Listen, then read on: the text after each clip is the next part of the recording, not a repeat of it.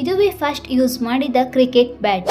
ಈ ಆಡುಗಳು ಭೂಮಿ ಮೇಲೆ ಇಲ್ಲದೆ ಇದ್ದಿದ್ರೆ ಕ್ರಿಕೆಟ್ ಎಂಬ ಗೇಮ್ ಇರೋದಿಲ್ಲ ಅಂತ ಹೇಳಿದರೆ ನಂಬ್ತೀರಾ?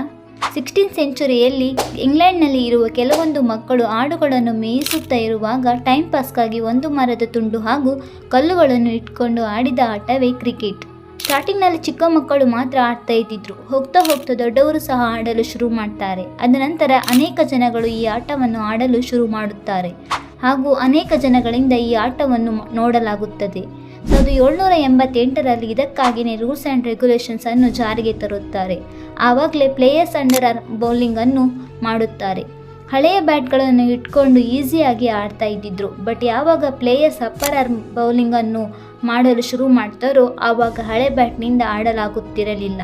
ಹೊಸ ಬ್ಯಾಟ್ಗಳನ್ನು ಯೂಸ್ ಮಾಡಿ ಆಡಲು ಶುರು ಮಾಡ್ತಾರೆ. ಒಬ್ಬ ಪ್ಲೇಯರ್ ಕಂಟಿನ್ಯೂ ಆಗಿ 3 ವಿಕೆಟ್ಗಳನ್ನು ತೆಗೆದಾಗ ಅವರಿಗೆ ಗೌರವಿಸುವ ಸಲುವಾಗಿ ಒಂದು ಹ್ಯಾಟನ್ನು ಬಹುಮಾನವಾಗಿ ನೀಡುತ್ತಾರೆ. ಅದನ್ನೇ ನಾವೀಗ ಹ್ಯಾಟ್ರಿಕ್ ಅಂತ ಕರೆಯುತ್ತೇವೆ. ಆ್ಯಂಡ್ ಅದನಂತರವೇ ಈ ಪ್ಯಾಡ್ ಆ್ಯಂಡ್ ಗ್ಲೌಸ್ ಎಲ್ಲ ಬಂದಿದ್ದು. 1909ರಲ್ಲಿ ಇಂಟರ್ನ್ಯಾಷನಲ್ ಕ್ರಿಕೆಟ್ ಕ್ಲಬ್ ಅನ್ನು ಶುರು ಮಾಡುತ್ತಾರೆ. 1932ರಲ್ಲಿ ಇಂಡಿಯಾ ಫಸ್ಟ್ ಟೆಸ್ಟ್ ಮ್ಯಾಚನ್ನು ಆಡುತ್ತಾರೆ. ಫಸ್ಟ್ ಕ್ರಿಕೆಟನ್ನು ಟಿವಿನಲ್ಲಿ ಟೆಲಿಕಾಸ್ಟ್ ಮಾಡಿದ್ದು 1938ರಲ್ಲಿ. ಆ್ಯಂಡ್ 1975ರಲ್ಲಿ ವರ್ಲ್ಡ್ ಕಪ್ ಮ್ಯಾಚ್ ನಡೆಯುತ್ತೆ. ಆ ಮ್ಯಾಚ್ನಲ್ಲಿ ವೆಸ್ಟ್ ಇಂಡೀಸ್ ಆಸ್ಟ್ರೇಲಿಯಾವನ್ನು ಸೋಲಿಸಿ ಗೆಲ್ತಾರೆ. 1977ರಲ್ಲಿ ಕಲರ್ ಜೆರ್ಸಿಯನ್ನು ಧರಿಸಲು ಶುರು ಮಾಡಿದ್ದು. ಇವತ್ತು ವರ್ಲ್ಡ್ನ ಪಾಪ್ಯುಲರ್ ಗೇಮ್ಗಳಲ್ಲಿ ಕ್ರಿಕೆಟ್ ಕೂಡ ಒಂದು.